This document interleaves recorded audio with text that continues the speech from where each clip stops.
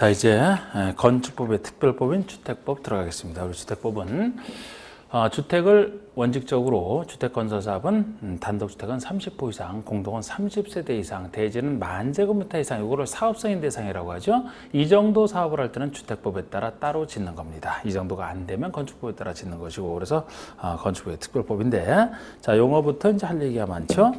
1번의 주택법에 한 주택에 대한 설명 중 옳은 것은, 자, 우리 단독은 단독, 다중, 다가구, 공간. 건축과 달리 주택법에서는 공간은 단독에서 빠집니다.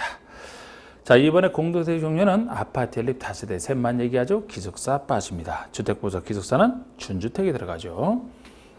3번에 한국토지주택공사가 건설한 주택은 모두 국민주택에 속한다. 토지주택과 건설한 주택이 모두 국민주택은 아니죠. 85 이하인 것만 국민주택에 속하죠. 85를 넘으면 민영주택이 되는 겁니다. 우리 국민주택의 개념이 이렇게 토지주택공사처럼 공공사업체가 건설하거나 다른 사람이 건설했더라도 국가재정 재정이나 주택도시기금이 지원됐을 때 지원해서 지은 주택으로서 둘 다 국민주택 규모 이하, 국민주택 규모 이하인 것을 국민주택이라고 하잖아요. 그렇지 않은 나머지가 국민주택이 아닌 걸 다 민영이라고 하고요. 4번의 국민주택 규모가 그럼 뭐냐? 국민주택 규모는 수도권에 소재한 읍면 지역에서는 1513 100제곱미터 이하를 말한다. 이거 틀렸습니다. 보통 국민주택 규모는 85제곱미터 이하 아닙니까? 그런데 수도권에 소재하지 아니한, 수도권이 아닌, 즉 지방 중에서도 도시지역이 아닌 읍면에서만 100 이하 예외가 들어가요. 그래서 수도권에 소재한 곳이기 때문에 85 이하가 되는 겁니다. 5번에 다중생활시설은 준주택에 속한다. 우리 준주택이 주택이 아닌 것 중에서 주거시설로 이용 가능한 거. 오노, 닭이 네 가지죠. 오노, 닭이. 나는 닭이가 싫어요. 오노, 닭이. 오가 오피스텔, 노가 노인복지주택, 다가 다중생활시설, 그리고 기숙사. 다중생활시설이니까 준주택이죠. 맞습니다. 자, 2번의 주택법상 세대 구분형 공동주택에 대한 설명으로 옳지 않은 거. 우리 주택법상 세대 구분형은 원래는 한 세대짜리인데 이 한 세대짜리를 둘 이상 세대로 구분하여 이용하게 만들었다가 둘 이상으로 구분했으니까 한쪽에서 살고 한쪽은 다른 사람에게 이제 임대를 줘서 수익을 창출할 수 있는 이게 세대 구분형인데, 나중에 한 세대니까 나중에는 통합할 수 있어야 됩니다. 그래서 우리 세대 구분형은 항상 이 나눠진 일부를 다른 사람이 구분 소유할 수 없어요. 그럼 나중에 통합이 안 되기 때문에 구분 소유가 없다는 게 특징이고, 다른 것도 있으면 여기 기본적인 특징이 여러 세대로 쓰더라도 한 세대로 반드시 쓰기 때문에 주차장은 세대별로 이 한 세대당 얼마 이렇게 설치하지 않습니까? 그래서 사실상 주차장이 좀 작은 주택이에요. 이게 작아지는 주택이에요. 여러 세대가 쓰지만 한 세대 기준으로 주차장을 설치하기 때문에, 그래서 이런 주차장을 덜 확보하는 세대 구분형 주택이 단지에서 너무 많게 되면은 주차 난해 문제가 생기기 때문에 이 세대 구분형 공동주택은 호수 기준에서 면적 기준에서 다 전체의 3분의 1을 넘지 못합니다. 그 정도로 이제 세대 구분형은 아셔야 되는. 그럼 1번의 공동주택의 주택 내부 공간의 일부를 세대별로 구분하여 생활이 가능한 구조로 하되, 그 구분된 공간의 일부에 대해서 구분서를 할 수 있는, 이거 잘 보셔야 돼요. 할 수 없습니다. 구분서를 할 수 없다는 게 기본적인 특징이 틀렸습니다. 2번에 구분된 공간, 각각의 공간마다 욕실, 부엌 외에 현관도 별도로 설치하라. 욕실, 부엌이 필수인데 현관까지 별도로. 세대 구분형 공동주택은 주택단지 전체 호수의 3분의 1을 넘지 않는다. 아까 얘기한 3분의 1. 4번에 하나의 세대가 통합하여 쓸 수 있도록 세대 간의 연결문이나 경량구조, 경계벽을 설치해야 되고 통합할 수 있도록. 5번에 주택건설 기준을 적용하는 경우 세대 구분형 공동주택의 세대수는 그 구분된 공간의 세대에 관계없이 하나의 세대로 산정한다라는 거 맞습니다. 3번에 도시형 생활주택에 대한 설명 중 옳지 않은 거. 우리 도시형 생활주택이 도시형, 도시적에만 생활, 사치가는 거 생활이니까 국민주택 규모, 그리고 자투리 땅 활용 300세대 미만. 공통된 특징이죠. 그래서 1번에 300세대 미만이어야 됩니다. 자투리 땅 활용의 목적이 있어서 300세대 미만 짧게 안 지려고 해요, 사업자에. 그래서 이렇게 통제를 하되 여러 가지 혜택을 쭉 주는 게 도시형 생활주택 뒤에 이제 혜택이 쭉 나옵니다. 300세대 미만이 돼 국민주택 규모, 도시지역, 공통된 특징이에요. 그리고 이걸 공통된 특징으로 해서 종류는 3가지가 있지 않습니까? 원룸형 주택, 단지형 연립, 단지형 다세대. 그래서 원룸형 주택은 이제 아파트 연립 다세대 중에서 원룸 요건을 따로 갖춘 거. 단지형, 연립, 단지형 다세대는 연립 다세대 중에서 원룸형이 아닌 거 이렇게 얘기를 하는.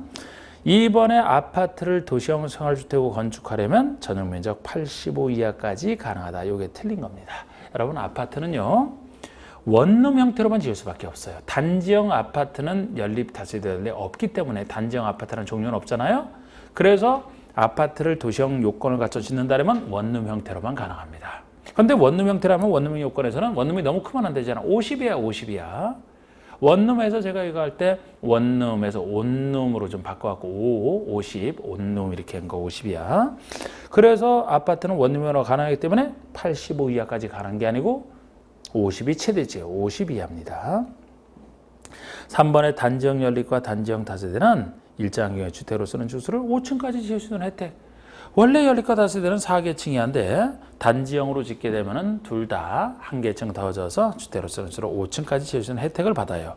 또 4번의 하나의 건축물에는 서로 다른 거 같이 짓지 말아라. 도시형 생활주택과 일반 주택을 함께 건축할 수 없고 같은 도시형 내에서도 원룸형이 특수하기 때문에 단지형 연립, 단지형 다세대와 원룸형을 같이 못 짓는 게 원칙입니다. 다만 예외, 다만 원룸형과 전용면적 85를 초과하는 주택 한 세대 함께 건축하는 경우 일종의 주인 세대로서 우리 원룸형과 그 대신 한 세대는 85를 초과하는 걸 전제로 해서 이 85를 초과하는 주택 한 세대 함께 건축하는 건 어디서나 허용이 되고요.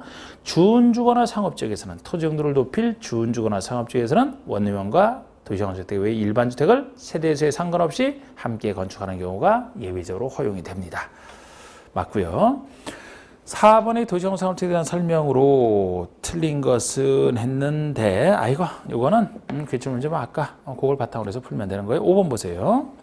이것도 기출이지만 특히 원룸형에 대한 요건을 따로 묻고 있으니까 주택법상 원룸형 주택의 요건에 대한 설명으로 틀린 거 세대별로 독립된 주거가 가능하도록 욕실, 부엌 필수. 그죠? 전용면적이 20제곱미터인 경우 욕실과 보일러실을 제한 부분을 하나의 공간을 구성해야 된다. 여러분 원룸형의 요건 중에 원룸형이 50 이하라고 했잖아요. 그런데 원룸형이라는 게 욕실과 보일러실은 합법적으로 분리가 가능한데 욕실과 보일러실을 제외한 나머지 부분이 하나의 공간으로 구성되는 것이기 때문에 원룸 형태가 되는 거예요. 그런데 만약에 50 이하 중에서도 약 중간 이상인 30제곱미터 이상이다 그러면 조금 크니까 투룸식으로 두 개 공간으로 할 수 있는 게 30 이상이에요.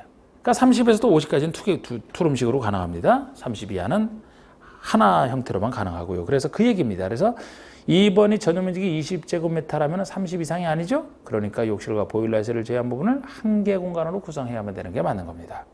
3번의 전용면적이 40제곱미터라면 30 이상에 속하죠? 그러니까 욕실과 보일러실 제외한 부분을 두 개 공간으로 구성할 수 있다가 맞는 겁니다. 4번의 세대별 전용면적이 60제곱미터라면 원룸형 주택에 해당될 수가 없죠. 50 이하니까 50 이하니까. 그리고 각 세대는 지하층에 설치해서는 안 된다. 다 지상층에 해야 된다. 이런 요건도 있고요. 그 다음에 6번 얘기가 주택법령상 원룸형 근데 여러분 요거는 좀 살짝 수정해 주세요. 원룸형 주택 요건이 아니고 특수주택. 원룸형 대신에 특수라고 좀 고쳐놓으시고 하세요. 특수주택의 요건에 대한 설명으로 틀린 것은 특수주택. 특수주택 이거 뭐 여러 가지 나오지 않습니까? 여기 나오니까 그대로 설명드리면 틀린 거. 1번의 사업주체가 사업 승인을 받아 공동주택을 건설하는 경우에는 에너지 절약형 친환경 주택으로 건설. 이게 이제 특수주택 중에 하나죠. 무조건 에너지를 절약하는 그런 형태가 에너지 절약형 친환경 주택인데요. 올해부터는 이제 특수주택 건설 의무가 있지 않습니까?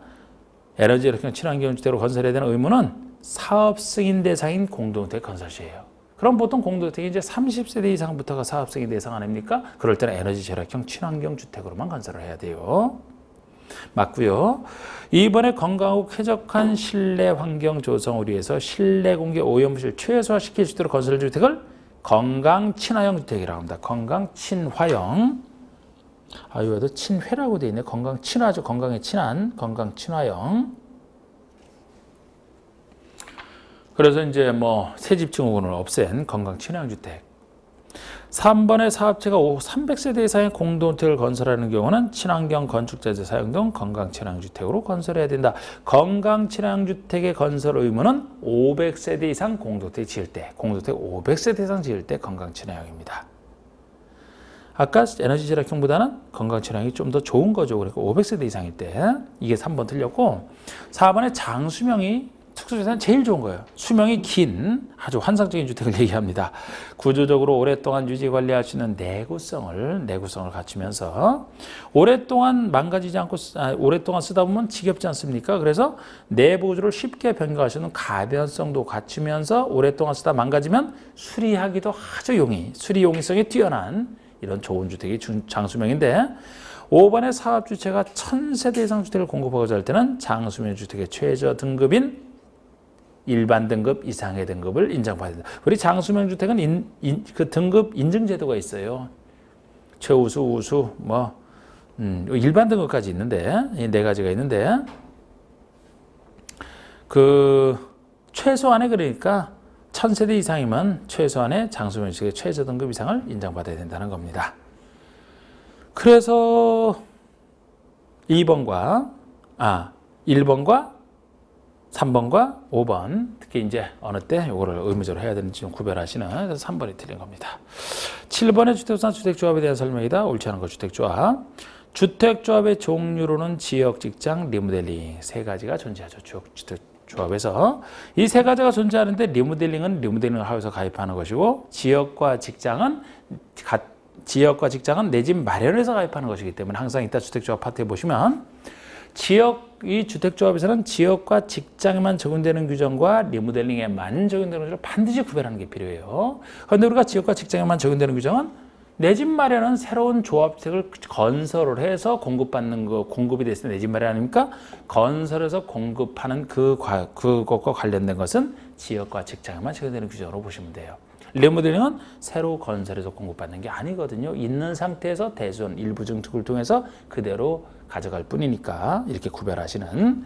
그리고 이번에 대구광역시와 경상북도에 거주하는 주민이 주택을 마련하기 위해서 지역조합을 설립해서 지역조합은 일단 우리 지도로 생각하시라고 했던 대구와 경상북도만 가능합니다. 왜냐하면 경북 안에 대구가 있으니까 대구와 경북은 같이 경남이랑은 안 되겠죠. 경남이랑은 예를 들어 경남 안에는 부산, 울산이 있죠. 그럼 부산, 울산, 경남이 같이 가입할 수 있는 겁니다. 예를 들어 그런 식으로 생각하시는 3번의 세종특별자치시와 충청북도에 거주하는 주민이 주택을 마련해서 지역조합을 설립할 수 있다. 이거 틀렸습니다. 충북 안에 세종이 있는 게 아니거든요. 충청남도 안에 세종이 있어요. 그래서 충남 안에는 이제 세종도 있고 대전, 광역시도 있지 않습니까? 그래서 대전, 세종, 대전, 충남이 같이 가입할 수 있고 충북은 충북 사람끼리만 가입이 가능하기 때문에 틀렸어요. 그리고 직장조합은 그리고 강원도 따로 그죠? 전남 안에 광주와 전남, 전북 따로 경기도, 서울, 인천 이런 식으로 나가는 거. 4번의 직장조합은 같은 직장의 근로자가 주택 마련하기 위해서 내 집 마련이잖아. 같은 직장 맞고요. 리모델링 조합은 공동주택 소유자가 주택을 리모델링하기 위해서 설립한다. 단독은 설립할 수 없다. 단독은 혼자 하면 되니까 혼자 할 수 없으니까 조합을 결성하는 맞습니다. 그 다음에 8번은 주택법상 주택단지가 일정한 시설로 분리된 토지는 각각 별개의 단지로 본다. 그 시설에 해당하지 않는 거. 그러니까 우리가 보통 이제 하나의 주택단지는 일단의 이 주택과 부대복리시설은 일단의 하나의 단지라고 하는데 이게 만약에 철도나 고속도로 일반 지방도니 국도니 이런 걸로 분리가 돼 있으면은 다니기가 서로 왕래하기가 힘들기 때문에 하나의 단지만 이런 걸로 분리돼 있으면 각각 별개의 단지로 본다는 얘기가 있거든요. 그런데 이런 특수한 도로 말고 보통의 일반 도로라면은 좀 넓은 도로로 분리돼 있어야 별개 단지로 봅니다. 폭이 20m 이상의 도로로 분리돼 있어야 별개 단지로 보는데 이상하게도 도시계획 예정도로라면 아직 건설도 안 돼 있는 예정도로잖아요. 물론 관리계획 결정이 필요한 도시계획 예정도로인데 그 예정도로라면 폭이 8m 이상의 예정도로만 분리돼 있어도 별개 단지로 봅니다. 일반 도로라면 폭이 20m 이상은 이해할 수 있는데 우리 도시계획 예정도로는 8m 이상 폭으로 분리돼 있으면 각각 별개로 본다. 그 정도. 그래서 고속도로로 분리돼 있으면 별개 단지로 보겠죠. 폭이 20m의 도시계획 예정도로라면 예정도로는 아까 8m 이상이라고 했죠. 20m면 8m 이상에 딱 들어가죠. 별개로 봅니다. 폭이 15m 일반도로 분리되어 있어요. 그러면 20m 이상 일반도로로 분리되어 있어야 되니까 이건 그게 아니죠. 그래서 답이 3번이 되는 겁니다. 자동차 전용도로 분리되어 있어요. 아니면 5번은 일반 국도로 분리되어 있으면 폭에 상관없이 별개 단지로 봐야 되는 거 아니겠습니까? 답이 3번이 되나? 9번의 주택법에 규정된 용어 설명으로 옳은 것은 공구란 하나의 주택단지에서 둘 이상으로 구분되는 일단의 구역으로서 착공신고 및 사용건설을 별도로 수행할 수 있다. 단지 전체를 한꺼번에 우리 주택에서는 단지 전체를 한꺼번에 할 수도 있고 이 단지를 공구별로 나눠서 할 수 있고 각각 둘 이상으로 나눈 것을 각각의 공사하는 구역 공구라고 합니다. 그런 공구를 나누는 이유가 각각 별도로 사업을 하니까 착공신고와 사용검사를 별도로 수행할 수 있는 거 맞는 얘기죠. 1번이 맞습니다. 2번은 단지 안에 도로나 녹지 등을 조성하여 6m 이상 폭으로 공간 경계를 설정하되 6m 이상 폭으로 공간 경계를 설정하되 각 공구별 세대수는 200세대 이상 300세대 이상이 돼야 돼. 폭은 맞아요. 그런데 300세대 이상 300세대 이상은 각각 건설이 돼야 되기 때문에 나중에 주택법에서 이제 어떤 단지를 공구별로 나눠서 사업을 할 수 있느냐 그러면 최소 600세대 이상 이렇게 나오는 겁니다. 600세대 이상이래야 둘 이상 나누고 각각 공구로 300세대 이상 건설해야 되기 때문에 그리고 복리시설이란 우리 또 주택법에서는 이 부대시설과 복리시설을 구별하는 것도 종종 되는 부대시설은 딸려 있는 것이니까 그 주택 주거생활에 필요해서 딸려 있는 시설이라고 생각하시면 되고요. 복리시설은 없어도 되는데 있으면 주민의 복리를 위한 좋은 시설 아닙니까? 그러면 복리시설한 주택에 딸린 주차장, 관리사무소, 담장, 단지 벌써 딸린 것은 부대시설이에요. 이거 부대시설 개념입니다. 주차장 있어야만 주거생활이 되겠죠. 관리사무소 있어야만 관리를 할 수가 있습니다. 담장이 있어야 다른 단지랑 구별이 되죠. 단지 안에 도로가 있어야 주차장으로 들어갈 수가 있습니다. 경비실 이런 게 다 이제 복리시설이에요. 부대시설이에요. 말이 헛나왔습니다. 복리시설은 4번에 어린이 놀이터나 격리당 이게 부대시설이 아니고 복리시설에 들어가죠. 어린이 놀이터 없어도 돼요. 있으면 애들 놀이에 편한 경로당 마찬가지죠. 뭐 상가 내 근린 생활시설, 아파트 내 근린 생활시설, 상가 같은 거 있으면 편한 거 근린 생활시설, 주민 운동시설 이런 게 다 복리시설이죠. 꼭 있을 필요는 없는데 있으면 편한 구별하시는. 그래서 3, 4번 다 틀렸고 간선시설은 도로, 상하수 등 주택 단지 안의 기관시설, 뭐 도로, 상하수도 가스, 통신, 지역난방시설이 그 기관시설이라고 하는데 그 단지 안의 기관시설을 단지 밖에 있는 같은 중의 기관시설에 연결시키는 것이 사이간자로서 간선시설이라고 합니다. 여기까지 맞는데 그렇다고 주택단지 안의 기관시설은 간선시설이 아니다. 이 부분이 틀린 게 기관시설 중에서도 가스와 통신, 지역난방시설만큼은 연결시키는 것뿐만 아니고 단지 안에 있는 것까지 포함해서 얘기를 하거든요. 그래서 뒷부분이 좀 틀렸다 보시면 됩니다. 10번에 주택법상 세대수 증가형 리모델링에 대한 설명으로 옳은 것은 주택법에서 우리 리모델링 할 때는 항상 리모델링은 두 가지죠. 기능 향상 등을 위해서 대수선 또는 일부 증축 두 가지입니다. 그런데 대수선은 대수선이고 우리 일부 증축할 때는 제일 중요한 게 일부가 얼마냐는 것이거든요. 일부를 넘었으면 리모델링 범위를 벗어납니다. 그래서 기존 연면적의 기존 전용면적 기준에서 전용면적의 30% 이내에서 증축하는 게 일부 증축이에요. 물론 85제곱미터 미만 작은 대상이라면 좀 더 넓게 40%까지 예외적으로 가능합니다. 보통은 일부가 30% 내에서 증축하는 건데 전용면적 기준으로 요거 일부 증축에서 일부만 따로 30%, 40% 기억하시고 나머지 증축에 관련된 건 다 15랑 관련돼 있다. 이렇게 보시면 숫자가 정리가 됩니다. 그러니까 증축형 리모델링 할 때는 최소 15년이 지나야 돼요. 새 건 안 됩니다. 15년이 지나야 되고요. 최소. 그 다음에 세대수 증가하더라도 기존 세대수의 15%가 한도에 15% 내에서 증가할 수 있고 아주 위험한 수직을 올리는 수직형 축소할 때는 15층을 기준으로 해서 역시 15층 이상은 3계층까지 15층이 안 되는 14층까지는 2계층까지 다 15를 기준으로 한다는 거. 그럼 여기서도 그중에서 세대수 증가형을 물어봤는데 사용검사일 또는 사용시로부터 10년이 경과된 공동택이면 세대수 증가형 리모델링을 할 수 있다? 15년이 경과돼야 됩니다. 어쨌든 증축형이니까요. 세대수 증가형은 증축형이니까. 참고로 대수선을 통한 리모델링 할 때는 10년만 지나면 된다라는 게 우리 그 조합 설립인가 그 제수설에서 나오는 거죠. 증축형은 15년. 대수선을 통한 리모델링은 10년 지나야 돼요. 이건 10년, 15년. 자, 각 세대의 전유면적 10분의 4 이내에서 증축할 수 있다. 10분의 3이죠. 일부 증축의 일부 개념입니다. 10분의 3. 이게 85제곱미터 이하다 이런 얘기 나왔을 때만 10분의 4까지죠. 보통은 10분의 3입니다. 이때 증축 가능 면적은 전유 부분의 공용 부분을 포함하여 산정한다. 전유 부분 면적만 갖고서 30% 40% 따지는 겁니다. 공용 부분은 별도로 증축할 수 있어요. 별도로 계산해서. 4번의 기존 세대수의 30% 이내에서 세대를 증가하는 증축이 가능하다. 15% 이내죠. 100분의 15 이내에서 세대수 증가가 가능합니다. 증가하는 세대수 수죠. 5번의 수직 증축형 리모델링은 대상 건축의 기존 층수가 15층 이상이면 3계층, 15층 이하는 2계층. 수직 증축에 대한 특례 맞습니다. 그 다음에 이제 건설 파트에 가서는 자, 우리 크게 이제 그 다음에 건설 파트, 공급 파트, 리모델링 파트에서 이제 건설 파트죠. 우리 건설 파트에서는 사업 주체가 나오고 사업체 이제 등록 사업 주체, 공동 사업체, 주택조합 이렇게 나오죠. 그 다음에 사업 승인 절차, 그 다음에 이제 주택상사체 이런 순서로 나올 텐데 먼저 주택구상 등록사업체에 대한 얘기가 나왔습니다. 다음 설명 옳지 않은 거. 우리 등록을 해야만 사업체로 인정해 주는 걸 등록사업체라고 하는데 민간에는 못 믿기 때문에 큰 사업하는 민간을 못 믿기 때문에 일정 기준 등록 기준을 가져 등록했을 때만 사업체로 인정해 주셔야 되는 게 등록 사업체의 취지예요. 그래서 공공은 등록 안 해도 됩니다. 믿어주기 때문에. 그리고 민간인 중에서도 이미 검증을 통과한 등록 사업자랑 공동으로 할 때는 따로 등록할 필요 없다. 나머지는 등록해야 돼요. 주로 보통 민간은 등록해야 됩니다.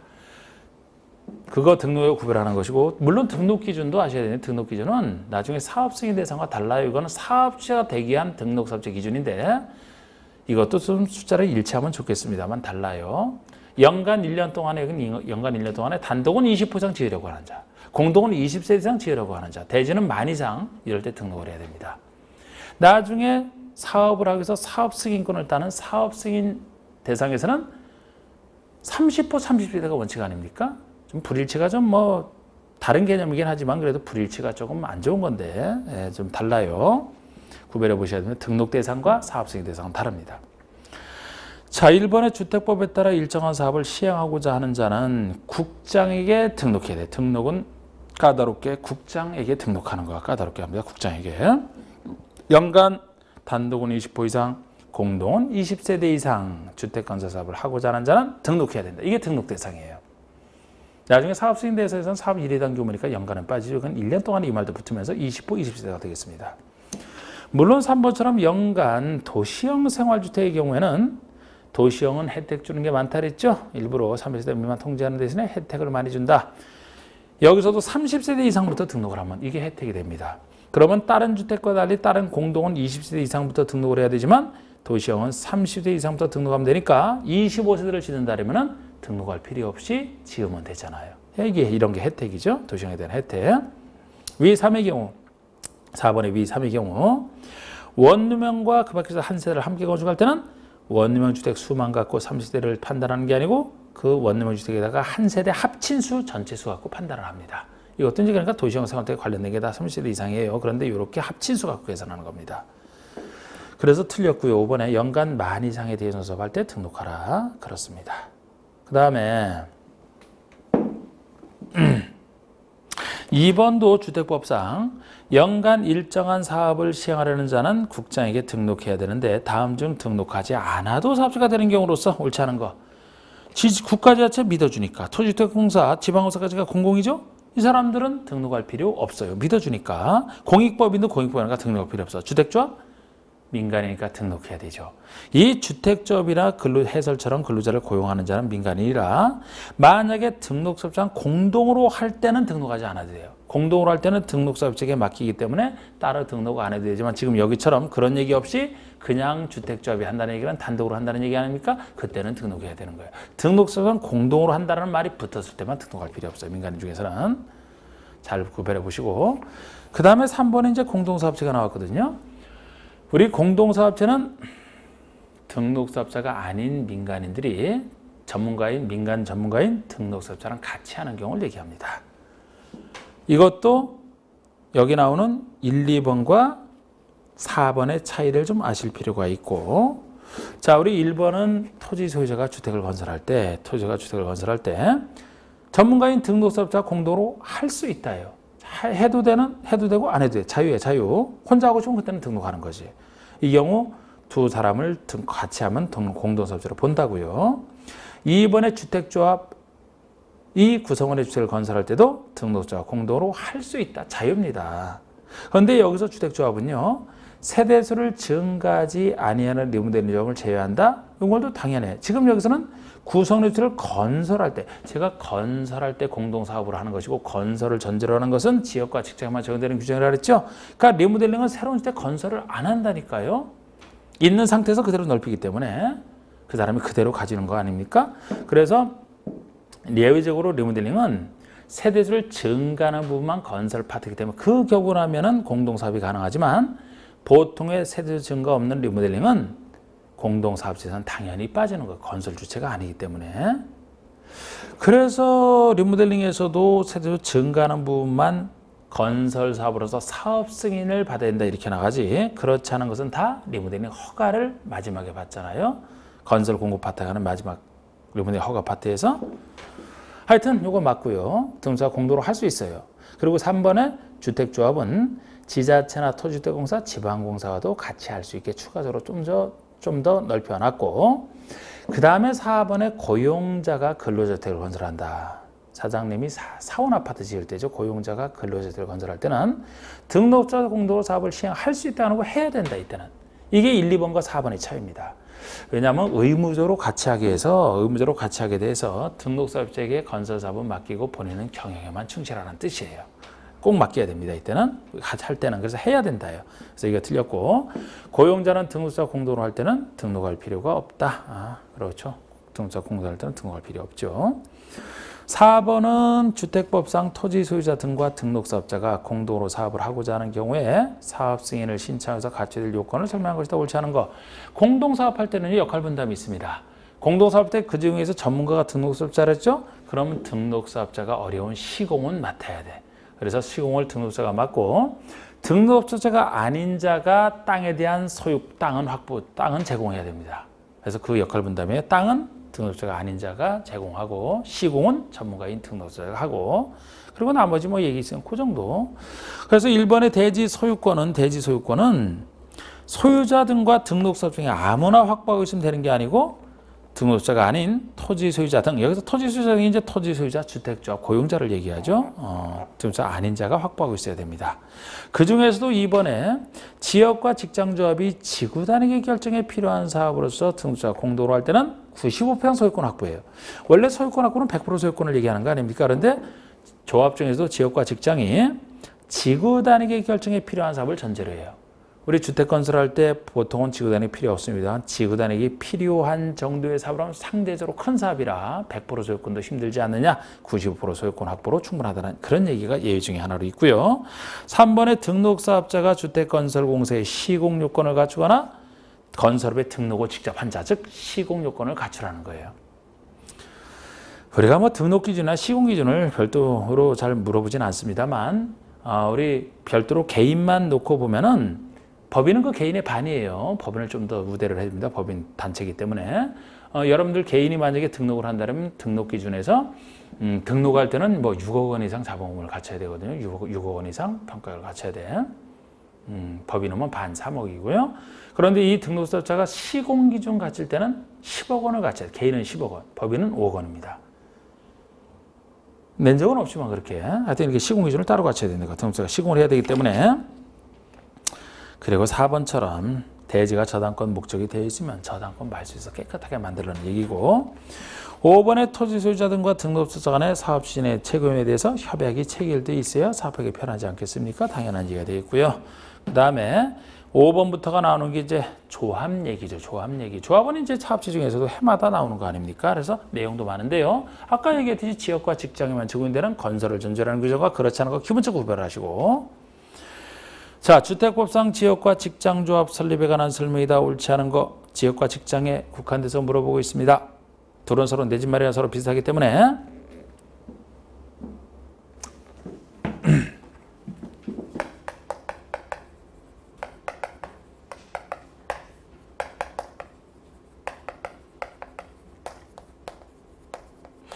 일단 이 둘과 여기서 차이가 드러나잖아요. 이 주택조합은 법인이 아닙니다. 우리 앞에서 배웠던 개발조합, 정비조합은 법인이잖아요. 이게 법인이 아니기 때문에 설립 인가만으로 성립되는 게 원칙이에요. 셋 다 기본적으로 설립인가를 받아야 됩니다. 법인이 아니기 때문에 인가만으로 성립하는 게 원칙이에요. 시장문수구청장의 설립인가 시장문수구청에 간단하게 받으면 셋 다 만들어집니다.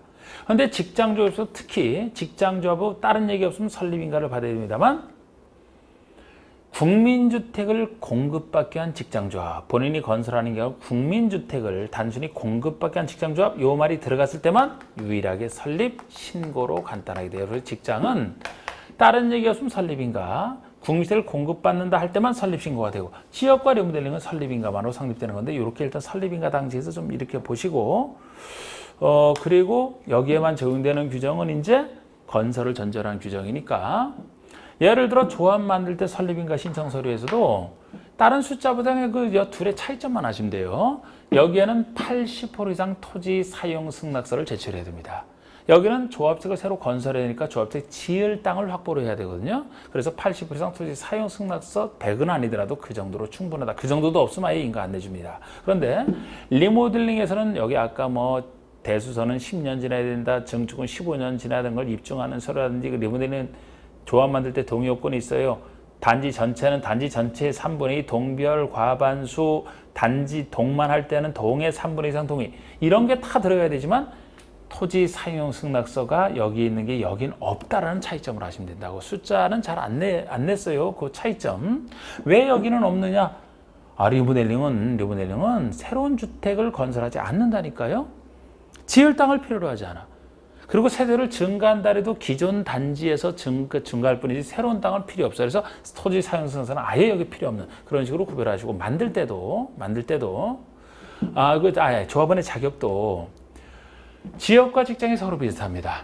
내 집 마련이기 때문에 집 없는 사람이 가입하죠. 조합의 설립인가 신청 당시부터 조합주택 입주 가능일까지 무주택 세대주, 무주택 아니면 85주택 한 채 가지고 있는 세대주까지 무주택처럼 봐서 가입을 시키는데 그 중에서도 직장구에서 설립 신고되는 직장조합은 무주택자에 한한다 이 말이 붙어 있고요. 리모델링은 단독 소유자가 아니고 이제 공동주택 소유자라면 뭐 다 되고 복리실이나 주상복합에서 주택 외시설까지 하나의 건축식에 다 들어갑니다. 이게 별도에 이렇게. 그리고 지역과 직장에만 역시 조합원 수제한이 들어가요. 건설 예정 세대수의 50% 이상의 조합원으로 구성하되 20명 이상 갖춰야 된다. 건설을 전제로 하는 거. 우리 조합주택을 짓게 되면은 일반의 조합원에게 우선 공급을 하고 일반에게 나머지를 공급하거든요. 그런데 명색이 조합주택인데 일반에 주는 게 더 많으면 안 되잖아요. 그래서 건설 예정 세대 수의 최소 50% 이상의 조합원이 된다. 그래서 50%가 나오는 건데 리모델링은 건설이 아니기 때문에 그런 수제한을 안 합니다. 아무리 작아도 가입할 수가 있어요. 그런 얘기. 그리고 지역과 직장조합의 조합원 지위만 설립인가 받은 후에 양도가 안 되는 게 원칙입니다. 리모델링도 되고 다른 개발조합, 정비조합도 되거든요. 조합원 지위자는. 왜 지역과 직장에서는 안 되느냐? 우리 주택법에 나오는 공급파트에서 유명한 공급지적 교란금지 때문에 공급지적 교란금지에 해당이 되면은 주택을 받을 수 있는 증선화지를 남에게 양도, 양수, 알선, 광고하지 말아라는 얘기거든요. 그러면 여기서도 지역과 직장 조합원 지위로야 조합주택을 건설한 주택을 받을 수 있는 지위에 들어가서 거기 걸려서 원칙이 안 되는 거. 예외적으로 되는 경우가 이제 있을 뿐이고 리모델링은 그런 게 필요가 없죠. 이런 식의 얘기, 지역과 직장만 적용되는 수많은 얘기들. 자, 옳지 않은 것을 고르면 1번의 주택조합을 설립하고자 하는 경우는 자치시, 자치도지사, 시장구청장의 인가를 받아라. 이게 설립인가입니다. 설립인가를 받으려는 자는 인가신청서에 대지의 80% 이상 토지 사용 승낙서를 첨부하여 제출하라. 지역과 직장에만 들어가는 서류죠. 리모델링에 나오면 틀리는. 3번의 보통의 직장조합은 설립인가를 받아야 하지만 국민주택을 공급받기 위한 직장 이 말이 들어가면 신고. 4번의 주택조합은 설립인가를 받고 30일에 등기를 해서 이건 법인이 아니기 때문에 설립인가만으로 성립되고 설립신고로 성립되는 겁니다. 등기는 필요 없죠. 아예. 그리고 5번의 건설 예정 세대수의 사업승인 과정에서 세대수가 변경이 되면 그 변경된 세대수의 2분의 1 이상의 조합원을 구성하되 반 이상, 50% 이상이죠? 50% 이상을 구성하되 조합원은 20명 이상이어야 된다. 그래서 맞고요. 지역과 직장에만 지금 얘기하는 거잖아요. 그 다음에 6번 얘기가 주택법상 리모델링 조합의 설립에 대한 설명이다. 옳지 않은 것을 고르면 이건 리모델링 조합만 지금 묻고 있는 겁니다. 1번에 리모델링 조합을 설립하고자 하는 경우는 시장구청장의 인가, 설립인가죠. 맞습니다. 리모델링은 이거밖에 없어요. 신고는 아예 없죠. 그 다음에 뭐 자주 물어본 숫자는 아니지만 요거 단지 전체를 대상으로 조합을 설립할 때는 단지 전체 구분 소유자 의권의 전체의 3분의 2 이상 결의와 각 동별로는 과반수. 3번 동을 대상으로 조합을 설립한다. 동만 가지고 조합을 만들 때는 동의 구분자 의권의 각 5분의 4가 아니고 3분의 2가 되겠죠. 3분의 2. 단 전체로서 이제 3분의 2가 유지가 되는 겁니다. 그 다음에 4번에 대수선에 해당하는 경우에는 해당 주택의 사용공사를 받은 후 10년 이상의 기간이 경과했음을 증명하는 서류 제출. 대수선은 10년 이상. 증축에 해당하는 리모델링일 때는 15년. 그게 5번 얘기고요. 서류 중에 이렇게 했습니다. 그리고 우리 기출문제처럼 7번 보세요. 이렇게 최근에 나왔던 것처럼 아까 그런 숫자부터 이렇게 했잖아. 주택 단지 전체를 대상으로 증축형 리모델링을 하기 위해서 리모델링 조합을 설립하려는 경우에 조합 설립인가 신청 시 제출일 첨부서류가 아닌 거, 창립 중에 회의록, 이번에 전원이 자필로 위험한 조합 규약 이런 것들 다 공통되는 것들이라 이런 걸 묻는 게 아니고 그것만 구별하시면 돼요. 3번 80% 토지 사용 승낙서 이거는 지역과 직장 조합이 있을 때 제출 서류지 리모델링에서는 전혀 관련이 없다 그랬잖아요. 그래서 답이 3번이 되는 겁니다. 뭐 중축이니까 15년 이상의 경과수를 증명해서 다른 걸 낸 거 아니잖아요. 3번. 자, 8번의 다음은 주택법상 지역과 직장조합의 조합원 자격에 대한 내용이다. 지역과 직장의 조합원 자격. 설립인가 신청일로부터 자격이 있어야 됩니다. 설립인가 신청일로부터 해당 조합주택의 입주 가능일까지 전유면적 80제곱미터 주택을 한 채 소유한 세대주인 자는 지역조합의 조합원이 될 수 없다. 자, 우리 보통의 지역과 직장 다른 얘기 없으면 신고 대상인 직장조합 빼고 다른 얘기 없으면은 기간 좋고요. 무주택 또는 85주택 한 채 소유한 세대주가 가입하는 거라 하지 않을까? 80제곱미터 주택 한 채면 85 이하에 속하죠? 지역조합의 조합원이 될 수 있는 겁니다. 지역조합 조합원이 될 수 있는 거. 그래서 이거 없다가 틀린 거죠. 이번에 지역조합의 조합원은 6월 이상 거주한 그 지역의 6월 지역에서는 추가적으로 신청되긴 한데 그 지역에 6월 이상 거주 요건이 따로 있어야 돼요. 맞고요. 3번에 해당 주택건설 대지가 투기과열지구 안에 있는 경우에는 조합 설립인가 신청일 1년 전의 날부터 입주 가능일까지 조합원 자격을 갖춰야 된다. 그래서 이거를 뭐 과거에는 잘 안 냈었는데 투기과열지구가 요새 와서 이제 확대됐기 때문에 이것도 한번 넣어봤는데 보통 조합은 설립인가 신청으로부터 조합은 자격을 갖춰야 되는 거죠. 설립인가 신청으로부터. 그런데 투기과열지구라면 그 설립인가 신청일 1년 전부터 조합원 자격을 갖춰야 된다는 거예요. 아까 무주택 이런 요건을 투기과열지구가 됩니다. 까다로운 거죠. 그리고 4번에 인가받아 설립되는 직장조합의 조합원은 즉 인가 대상의 직장조합, 보통의 직장조합이죠. 신고 대상 아닌 역시 설립인가 신청으로부터 조합주택 가능일까지 주택을 소유하지 아니거나 무주택 또는 85주택 한 채 소유한 세대주. 정확합니다. 신고로 설립하는 직장조합은 무주택자에 한한다. 신고된 이렇게 직장은 4번, 5번 나눠봐야 돼요. 신고 대상의 직장조합은 무주택자만 가입할 수 있으니까요. 9번에 리모델링 조합이 될 수 없는 자. 1번에 사업 승인 얻어 건설한 공동의 소유자 가입할 수 있어야 되고요. 복리스를 함께 리모델링할 때는 그 복리스 소유자도 가입시켜야 단지 전체를 한꺼번에 할 수 있기 때문에 3번에 건축법 규정에 따라 건축 허가를 받아 분양을 목적으로 건설한 공동의 소유자. 공동의 소유자면 혼자 못하기 때문에 건축법에다 지었더라도 가입할 수 있어야 되는 거예요. 1번, 3번.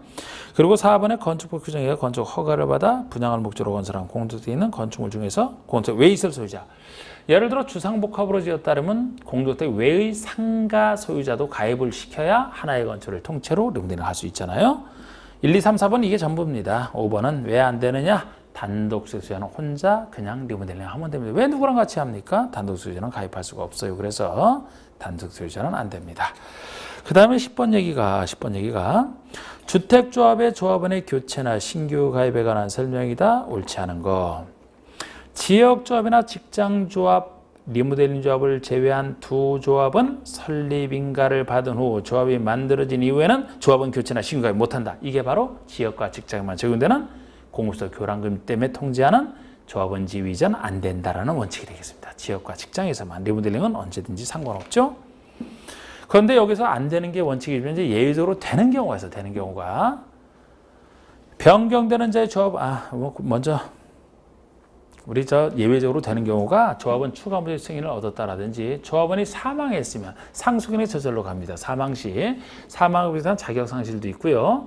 조합원이 탈퇴됐든 어찌됐든 해서 결과적으로 조합원 수가 건설 예정 세수의 50% 미만이 돼도 충원이 가능해요. 50% 이상이 돼야 최소한의 조합주택의 요건을 유지하라고 50% 이상 그랬는데 만약에 50%가 미만이 되면은 조합주택의 기본 성질이 무너졌기 때문에 충원이 가능해야 됩니다. 근데 50% 미만이 되면 충원할 수 있지만 20명 미만이 허물어졌을 때는 50% 이상은 유지가 된다는 얘기이기 때문에 20명 미만은 충원 사유 아니에요. 그리고 사업 승인 이후라면 설립인가 후에는 안 되지만 사업 승인까지 핵심 절차를 통과한 이후에는 양도등이 됩니다. 투기과열지구 빼놓고는 돼요. 그게 이제 예외적 건데, 자, 우리 2번 보시면 변경되는 자의 조합원 자격 요건 충족 여부 판단은 조합의 설립인가 신청을 기준으로 한다. 설립인가 신청을 기준으로 한다. 교체나 신규 가입될 때 이 새로 변경되는 자도 조합원 자격은 갖춰야 됩니다. 그런데 교체 신규 가입 당시가 아니고 기존 조합원과 똑같이 다루기 위해서 기존 조합원도 원칙이 설립인가 신청을부터 갖춰야 되죠. 설립인가 신청을 기준으로 보라는 거예요. 그 얘기 맞습니다. 다만 상속받는 자는 조합원 자격의 조건이 필요 없어요. 상속받는 자는 항상 상속은 사망에서 저절로 일어나는 일이라 자격 요건 필요 없습니다. 항상 상속에 대한 예외죠.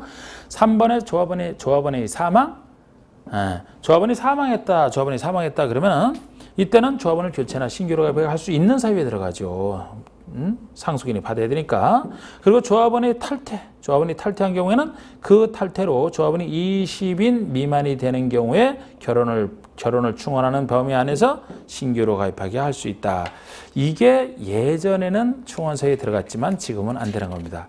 여기서 20인 미만이 아니고 50% 미만이 될 때죠. 50%는. 아까 지역과 직장 같은 경우에 50% 이상의 조합원을 구성하되 20명 이상 동시에 갖춰야 되는데 만약에 20인 미만이 됐을 때는 50% 이상은 유지가 되는 걸 전제로 하거든요. 50%가 만약에 미만이 됐으면 그 사유로 이제 충원이 되니까요. 그래서 요건 아니고 최소 50% 이상만 유지하면 되기 때문에 이 20인 미만은 옛날에 있다가 충원서에서 빠진 겁니다. 5번에 조합의 사업 승인 이후, 조합의 사업계획 승인 이후에 입자로 선정된 지위가 양도 등업 판결 등으로 변경된 경우는 교체 신규 가입 가능합니다. 사업 승인 이후에는. 그래서 4번만 틀렸고요. 11번의 주택법상 주택조합에 대한 설명이 좀 옳은 거. 하여튼 주택조합 문제가 많은 게 그대로 많이 나왔기 때문이죠. 탈퇴한 조합은 제명된 조합원을 포함해서 조합계약으로 정하는 바에 따라서 부담한 비용의 환급을 청구할 수 있다. 이게 새로 신설된 건데 그냥 맞는 얘기, 그냥 편하게 이해하시면 되는. 조합원은 탈퇴할 수 있습니다. 그리고 탈퇴하게 되면은 제명된 조합원을 포함해서 그 자기가 부담했던 비용의 환급을 청구할 수 있어야 되는 거죠. 당연히. 맞고요. 이번에 리무델링 조합은 그 구성원을 위해서 건설하는 주택을 조합원에게 우선 공급할 수 있어야 된다. 틀리죠. 아니 공급은 항상 지역과 직장만 제공된다니까요. 아까 지역과 직장 조합주택을 지어서 조합원에게 우선 공급할 수 있는 거지. 리모델링은 새로 공급하는 게 아니잖아. 그래서 우선 공급 구정은 지역과 직장에만 있는 얘기입니다. 리모델링은 있는 사람이 그대로 받는다니까. 새로 공급받는 게 아니고 예를 들어 세대를 증가하는 리모델링을 한다 하더라도 조합원에게 공급하는 거 아니에요. 세대 증가하는 부분은 일반 공급하잖아요. 그래서 조합원에게 우선 공급하는 것은 리모델링과는 아무 상관이 없습니다. 지역과 직장에. 틀렸고, 주택조합은 설립인가를 받은 때부터 1년 내 사업계획 승인을 신청하라. 사업주체로서 빨리 사업승인을 신청하라. 만약에 사업승인 대상이 아니면 리모델링 허가를 신청하라. 다 2년 내 하는 거예요. 제가 건축법, 주택법에 나오는 숫자잖아. 135 아닌 거, 몇 년 하는 거 다 2년이라고 했잖아요. 135 아니잖아, 이거. 2년이잖아, 그러면. 4번의 지역이나 직장조합의 조합원을 모집하려는 자는 시장의회의 승인을 받고 공개 모집 방법으로 조합원을 모집하라. 지역과 직장에서 역시 조합원 모집할 때요. 리모델링은 새로 모집 안 합니다. 있는 상태에서 우리 동의받아서 그냥 하는 것이지 새로운 조합원 모집하는 건 지역과 직장이잖아. 그럼 여기서도 모집할 때 시장의회의 적어도 지역과 직장에서 조합원 모집하는구나 파악하고 있으라고. 모집할 땐 내가 모집한다는 사실을 신고하고 그 다음에 공개 모집 방법으로 하라는 겁니다. 지금 제가 요거는 지금 틀렸죠. 그러니까 승인이라고 해서 틀렸어요. 시장으로서 신고하고 하는 거예요. 공개 모집은 맞아요. 공정하게. 그리고 5번에 공개 모집 이후에 조합원의 결혼을 충원하거나 미달된 조합원을 재모집한다. 재모집할 때는 신고하고 선차수 방법으로 할 수 있다? 신고가 아니죠. 처음에 모집할 때 신고가 됐으면은 시장 등이 이제 알고 있으니까, 그죠? 재모집 등을 할 때는 이제 신고할 필요 없는 거예요. 신고할 필요 없고, 재모집이니까 선착순으로 할 수 있는 뒤는 좋아요. 각각 우리 4번, 5번이 승인은 4번은 승인이 틀렸고 5번은 신고가 틀렸고. 자, 12번 보시면 주택조합에 대한 설명으로 옳은 것은 했는데 주택조합에 대한 설명으로 옳은 거 1번 작년 문제네. 이것도 국민주택을 공급받기 위해서 설립한 직장조합을 해산하려면 시장의 수익인가? 여러분, 만든 것을 해산한다, 폐지한다 같은 절차라고 했어요. 그러면 국민주택을 공급받기 위해서 설립한 직장이면은 이게 만들 때 신고로 만들어지는 것이죠. 해산할 때 역시 그러면 똑같은 절차 신고가 되지 않습니까? 그래서 뒤에 인가가 틀렸어요. 신고 대상이니까 신고를 해야 됩니다. 2번의 지역조합은 임대주택으로 건설을 공급해야 되는 세대수를 포함하여 주택건설 예정 세대수의 3분의 2 이상 조합원으로 구성하라. 두 군데나 틀렸어요. 예정 세대수의 2분의 1 이상이 되겠죠. 2분의 1 이상. 3분의 1하고 2분의 1 이상. 2분의 1 이상이 됩니다. 그냥 50% 이렇게 해도 되고요. 3분의 1 틀렸죠. 그런데 앞에 것도 틀렸어요. 임대주택으로 건설을 공급해야 되는 세대를 포함하여 제외입니다. 제외. 여기서 이제 이 수 따질 때는 건설에서 분양하는 걸 얘기하지 임대주택 말고 분양하는 것 기준으로 반 이상 돼야 된다는 겁니다. 그래서 그 제외하고 3번의 리무네린 조합의 경우 공동주택 소유권이 수인의 공유에 속한다. 수인의 공유에 속한다라면 그 수인 모두를 공유하기 위해서는 언제나 한 명만 대표자 한 명만 보는 거 아닙니까? 4번의 지역조합의 설립인가 후에 조합원이 사망하였더라도 조합원 수가 예정수의 2분의 1 이상을 유지하고 있다면 조합원을 충원할 수 없다. 수에 상관없이 사망 같은 경우는 충원할 수 있는 사이에 들어가죠. 사망은 무조건 충원할 수 있어요. 상속인에게 가야 되기 때문에. 그래서 이것도 틀렸고, 지역조합이 설립인가를 받은 후에 조합원을 추가 모집하는 경우는 지역조합의 변경인가를 주택조합의 변경인가를 받아야 된다. 자, 우리 지역조합은 이제 설립인가 받을 때 뭐 조합에 대한 그 여러 가지 그 조합원 수 포함해서 거기에 대해서 설립인가를 받겠죠. 그러면 추가 모집하게 되면은 또 조합원이 변경이 됩니다. 그럼 역시 요거 인가 받아서 만들어졌기 때문에 변경할 때도 변경인가를 받아야 되는 게 맞는 겁니다. 그래서 5번이 맞고요. 5번이 맞고.